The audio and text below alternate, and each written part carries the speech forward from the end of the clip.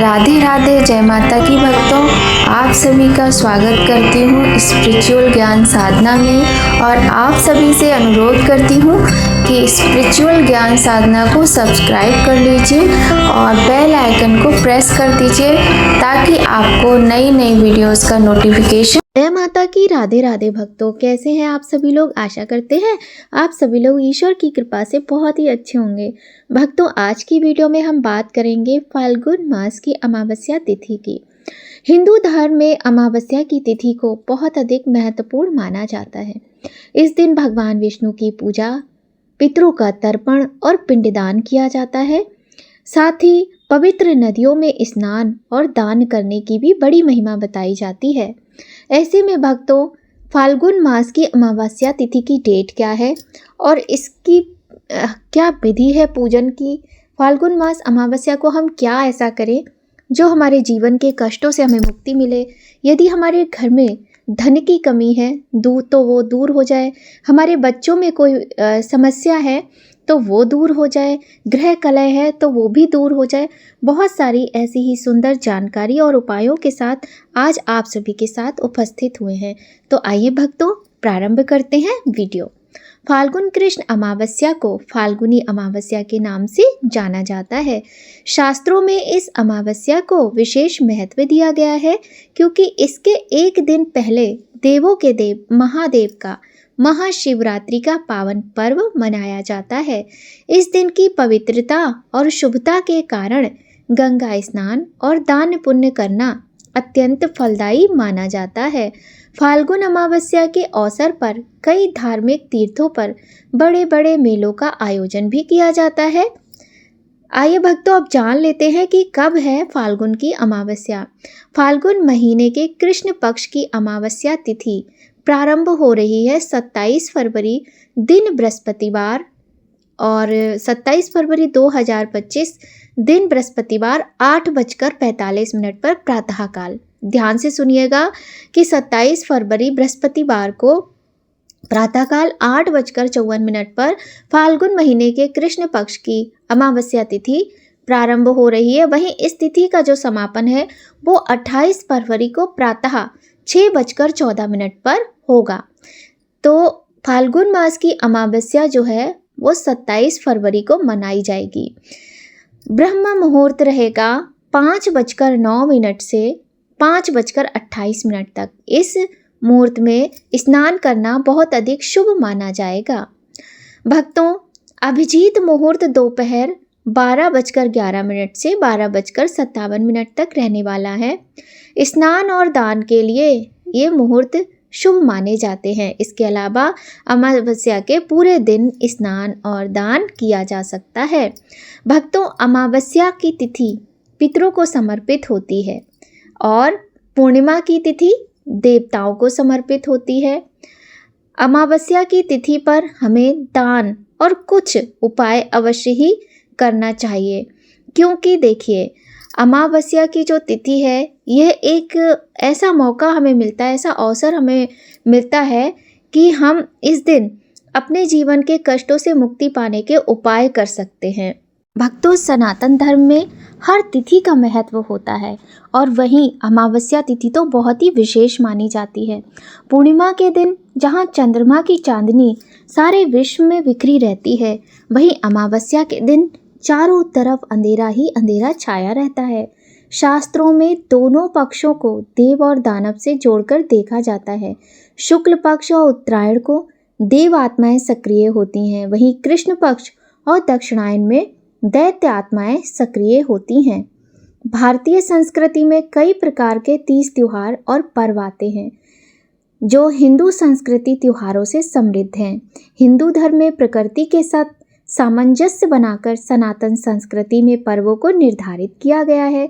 हिंदू पंचांग में ऋतु और तिथि की वैज्ञानिक गणना पर पर्वों का निर्धारण होता है। पंचांग के अनुसार एक माह में 30 दिन निर्धारित किए गए हैं। इसमें शुक्ल पक्ष में 15 और कृष्ण पक्ष में 15 दिन होते हैं। शुक्ल पक्ष की अंतिम तिथि पूर्णिमा और कृष्ण पक्ष की अंतिम तिथि अमावस्या कहलाती है।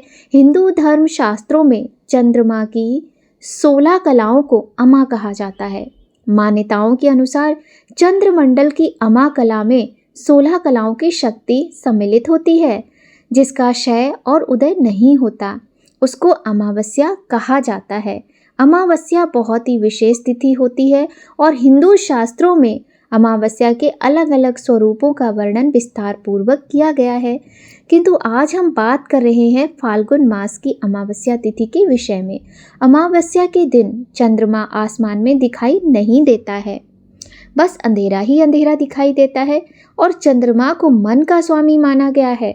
अमावस्या के अवसर पर कुछ लोगों का मन चंचल हो जाता है और साथ ही उन लोगों की शारीरिक हलचल भी बढ़ जाती है।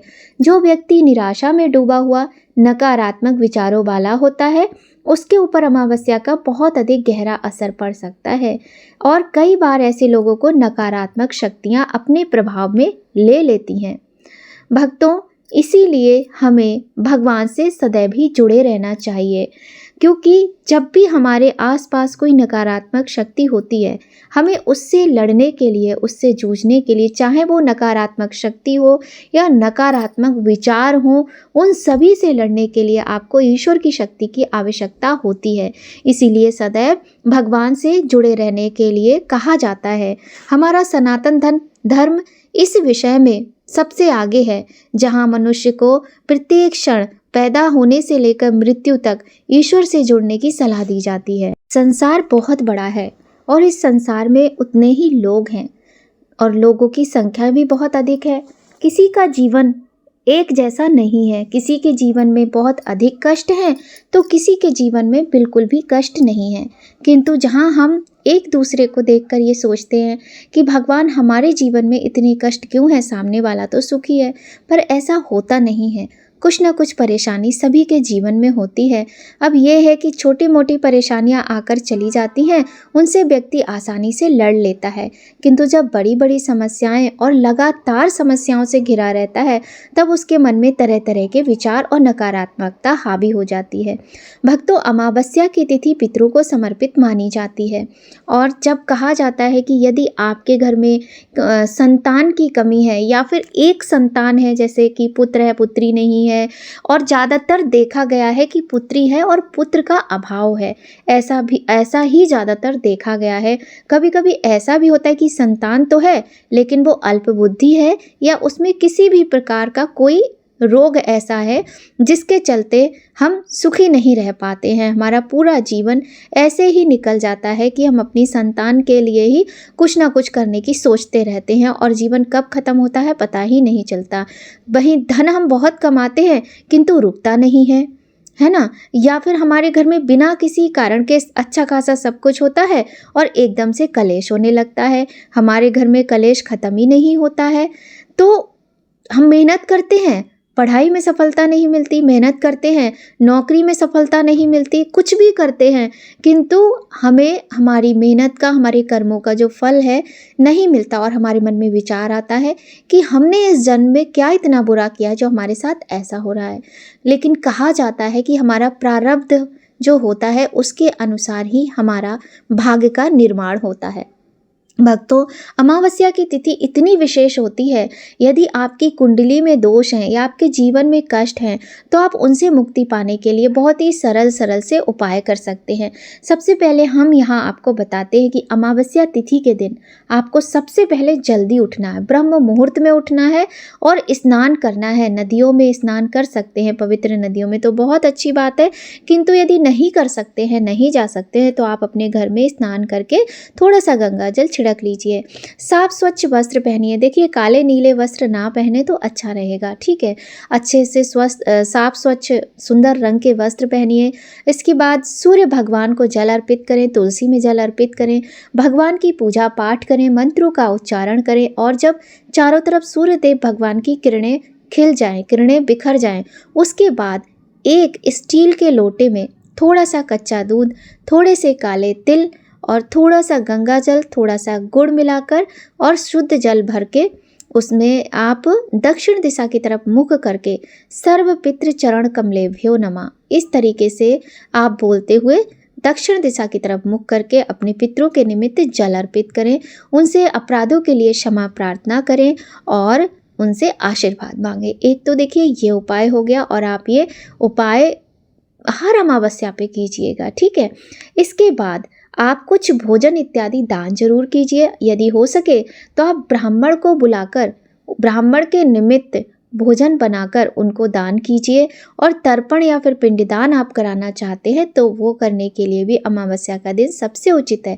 किंतु आप यदि ये सब नहीं कराना चाहते, मन में कोई संदेह है, तो कुछ नहीं, आप शुद्ध सात्विक भोजन बनाइए, बिना प्याज लहसुन वाला अच्छा भोजन बनाइए और ब्राह्मण देव को बुलाकर उनको आप भोजन कराइए, कुछ दान दक्षिणा देकर उन्हें विदा कीजिए। इसके अतिरिक्त अपनी रसोई में बना हुआ भोजन का एक भाग गौ माता को, यानी एक पूरी गौ माता को, एक कुत्ते को, एक चींटियों को, एक कौवे को, इस तरीके से आप इनके अलग अलग भाग करके दान जरूर कीजिएगा। अमावस्या तिथि के दिन गौ सेवा का विशेष महत्व होता है। आप किसी भी प्रकार से जो भी चारे की व्यवस्था कर दीजिए, एक पूरी खिला दीजिए, एक रोटी खिला दीजिए, कुछ मीठा रख के, इस प्रकार से आप गाय माता की सेवा कीजिएगा।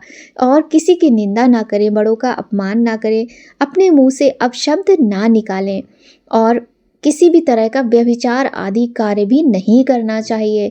यदि आप अपने घर में देखते हैं कि बहुत अधिक कलह होता है तो पहले आप स्वयं पर नियंत्रण रखिए। आप अपने मुख से कोई ऐसी बात ना निकालें जिससे घर में कलह हो। और प्रत्येक अमावस्या तिथि पर पूरे घर में गंगा जल के छींटे अवश्य दें। घर को साफ सुथरा रखें, सामान बिखरा हुआ ना हो, कूड़ा कचरा एकत्रित बिल्कुल भी ना हो, पूरा घर व्यवस्थित और साफ होना चाहिए, ठीक है। और कभी भी अपनी बेटियों पर, अपनी माँ पर या फिर अपनी पत्नी पर हाथ ना उठाएं, उनका सम्मान करें। और जो बहनें हैं वो भी अपने से बड़ों का सम्मान करें, बच्चों से प्रेम करें। इस प्रकार से ये छोटी छोटी बातें हैं, ये तो ऐसे उपाय हैं जो हम आसानी से कर सकते हैं। और बाकी जब आपके जीवन में बहुत अधिक कष्ट है, मान लीजिए काल सर्प दोष है कुंडली में या फिर किसी तरह का कोई पितृ दोष है, तो उसके लिए तो आप उपाय अवश्य ही करवाइए। काल सर्प दोष निवारण उपाय आपको अमावस्या के दिन आप किसी नदी के किनारे पंडित जी से करा सकते हैं। साथ ही आप ऐसा भी करें कि यदि आपकी कुंडली में पितृदोष है तो उसके लिए भी आप पितृ तर्पण पिंडदान इत्यादि भी कराएं। और देखिए एक बहुत ही सुंदर सा उपाय है, जैसे कि आप सतनाजा ले लीजिए, सतनाजे का आप आटा बना लीजिए, उस आटे को कढ़ाई में थोड़ा सा घी डालकर भून लीजिए। उसमें आटे को अच्छी तरह से सेकने के बाद आपको क्या करना है, उसमें शक्कर मिलाना है। शक्कर मिलाने के बाद जब वो ठंडा हो जाए तब वो आटा लेकर आप चींटियों को डालिएगा।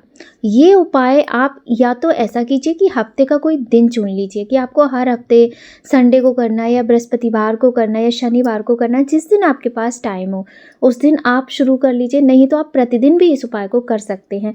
आप 40 दिन करके देखिए। अगर आप लगातार कर रहे हैं तो 40 दिन कीजिए। अगर आप हफ्ते में किसी एक दिन कर रहे हैं, मान लीजिए आप संडे को कर रहे हैं, तो 40 संडे तक ये उपाय कीजिए। आपको पता है ये इतना छोटा सा उपाय है, इतना सरल सा उपाय है, लेकिन इतना कारगर है कि यदि आप पर कोई केस चल रहा है, कोई कोर्ट केस में आप फंसे हुए हैं, किसी गलत चीज़ में आपको ज़बरदस्ती फंसा लिया है, आपके जीवन में आपको बहुत अधिक परेशानी है, आपके पति आपको धोखा दे रहे हैं या पत्नी धोखा दे रही है, उन सारी चीज़ों में आपको राहत मिलती है।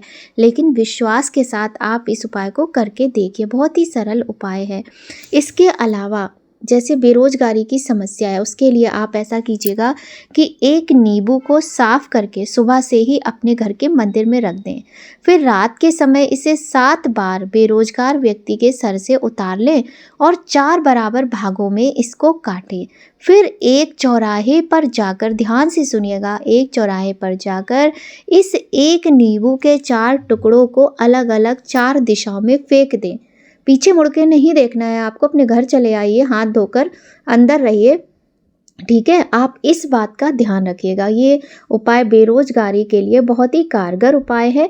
और देखिए कोई भी उपाय तब ही फायदा करता है जब हम विश्वास के साथ उस उपाय को करते हैं। जब तक आप विश्वास के साथ उपाय नहीं करेंगे तब तक आपको किसी भी उपाय का कोई फ़ायदा नहीं मिलेगा।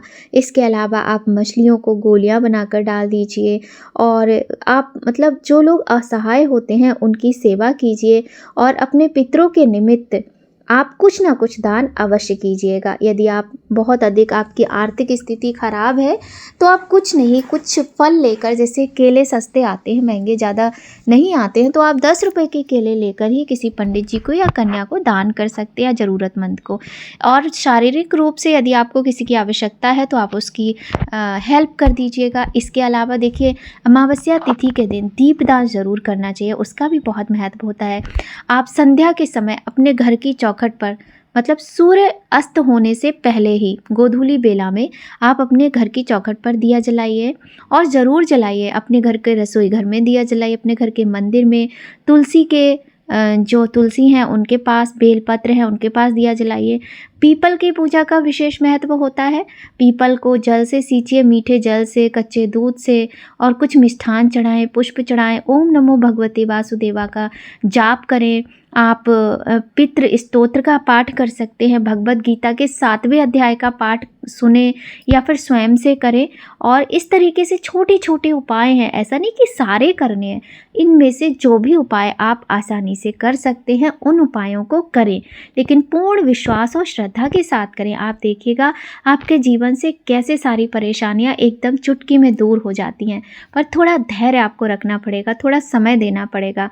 पीपल की पूजा आप ज़रूर कीजिएगा अगर आपके घर के आसपास में पीपल हैं, क्योंकि पीपल है, बरगद है, ये जो वृक्ष हैं ये देवतुल्य वृक्ष माने जाते हैं। इनकी पूजा का विशेष महत्व है, और भगवान शिव की पूजा का विशेष महत्व है। और लक्ष्मी प्राप्ति के लिए माता लक्ष्मी को खीर का भोग लगाएं और माता से अपने घर में सुख समृद्धि के लिए विनती करें। इस दिन अमावस्या तिथि पर जो स्त्रियां व्रत रखती हैं उनका सौभाग्य अखंड रहता है, वह सदा सौभाग्यवती रहती हैं, सदा सुहागन रहती हैं। इसलिए अमावस्या तिथि का व्रत भी करना चाहिए। साथ ही कुछ नहीं तो माता गौरी को, माता पार्वती को कुछ सुहाग की सामग्री अवश्य ही अर्पित करें अमावस्या तिथि के दिन। आप कुछ नहीं तो 5 चीज़ें ले लीजिए, 7 चीज़ें ले लीजिए, 16 सामग्री ले लीजिए, जैसे चुन्नी, सिंदूर, बिंदी, आलता, मेहंदी, इस तरीके से लेके शिव जी की पूजा करें। साथ ही माता पार्वती को सुहाग सामग्री अर्पित करें। माता गौरी सभी का सुहाग अखंड रखती हैं। बहुत सुंदर उपाय है अखंड सौभाग्य की प्राप्ति के लिए।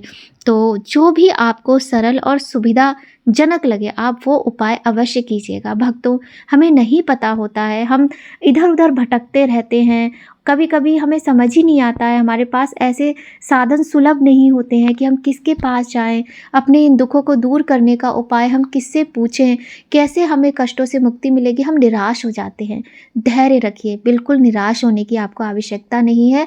आप भगवान पर भरोसा रखिए और मेरी बातों पर भी विश्वास कीजिए, क्योंकि कहीं ना कहीं जब हम किसी को कुछ उपाय बताते हैं या कुछ बताते हैं ना, तो हमारी उसमें आप बीती भी जुड़ी होती है, जो कि हमने स्वयं भी करे होते हैं, हमें उनसे राहत मिलती है। ऐसा ही कुछ हमारे साथ भी है भक्तों। तो विश्वास के साथ, धैर्य के साथ आप ये उपाय करें और भगवान से जुड़े रहिए। आपके सारे कष्ट बहुत जल्दी दूर होंगे। अगर आपके जीवन में कोई कष्ट है तो कोई ना कोई उपाय आप चुन लीजिए, आपको कौन सा उपाय करना है, फिर देखिए आपका जीवन कैसे बदल जाता है। तो ये छोटे छोटे उपाय थे, कुछ जानकारी थी। आपको आज की जानकारी, ये वीडियो कैसी लगी कमेंट करके ज़रूर बताइएगा। भक्तों, मुझे नहीं पता कि मुझसे क्या गलती हुई है, क्योंकि करीब 1 हफ्ते से हम देख रहे हैं हमारी वीडियोस पर व्यूज़ ही नहीं आ रहे हैं।